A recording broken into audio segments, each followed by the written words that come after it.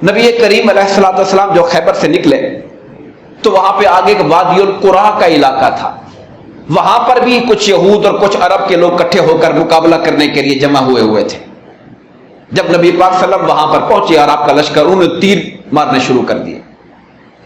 کچھ باتیں سبق آموز ہیں جس کا میں ذکر کرنا چاہتا ہوں۔ نبی پاک صلی اللہ علیہ وسلم کا ایک غلام آگے تھا، جب تیر پڑے تو وہ غلام شہید ہو گیا۔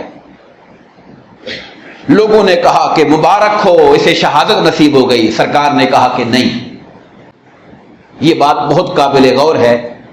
مسلمان لشکر کا فرد ہے، آقا کا غلام ہے، میدان جنگ سے نکل کر آگے کافروں کے تیروں سے شہید ہو گئے، مارے گئے۔ لوگوں نے مبارک دی، اسے جنت نصیب ہو گئی، یہ شہید ہو گیا۔ سرکار نے کہا کہ نہیں، ہرگز نہیں، قسم ہے اس خدا کی جس کے ہاتھ میں میری جان ہے، اس نے خیبر کے مال غنیمت کی تقسیم سے پہلے ایک چادر چھپا کے رکھ لی تھی اپنے پاس۔ چونکہ حکم یہ ہے کہ مال غنیمت کا جو مال ہے سارا اکٹھا کر کے آقا کی بارگاہ میں پیش کرو، کوئی بندہ اس سے پہلے ایک سوئی تک لینے کا حق نہیں رکھتا ہے۔ جب سارا مال اکٹھا ہو جائے گا تو پھر جو سربراہ ہیں وہ اس کو تقسیم کریں گے حصوں کے مطابق۔ اس سے پہلے لینا حرام ہے، اس سے پہلے اٹھانا حرام ہے۔ تو سرکار نے کہا اس خدا کی قسم جس کے ہاتھ میں میری جان ہے، میں بتانا چاہتا ہوں کہ دین میں دیانتداری کا تصور کیا ہے، امانت کا تصور کیا ہے۔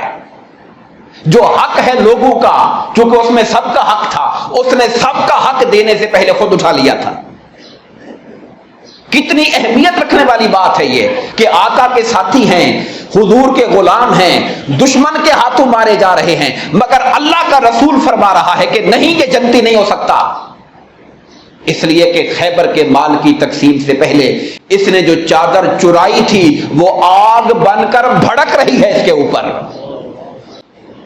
وہ آگ بن کر بھڑک رہی ہے اس کے اوپر۔ ہمیں غور کرنا چاہیے کہ ہم نے کتنا آسان سمجھ رکھا ہے لوگوں کے حقوق میں خرد برد کرنا۔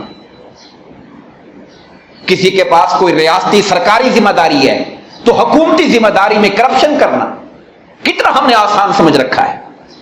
یہ بھی جو واقعہ ہوا ایک حکومتی مال تھا نا، ابھی بانٹا نہیں گیا تھا، حکومت کے مال میں، ریاست کے مال میں تقسیم سے پہلے جا کے چیز اٹھا لی، اپنے اس کو چھپا لیا۔ اس پر سرکار نے اتنا سخت ایکشن لیا، کہا نہیں، یہ جنتی نہیں ہو سکتا۔ جو اس نے چادر اٹھائی تھی وہ آگ بن کر اس پر بھڑک رہی ہے۔ جب یہ بات سنی لوگ لرز گئے، کانپ گئے لوگ۔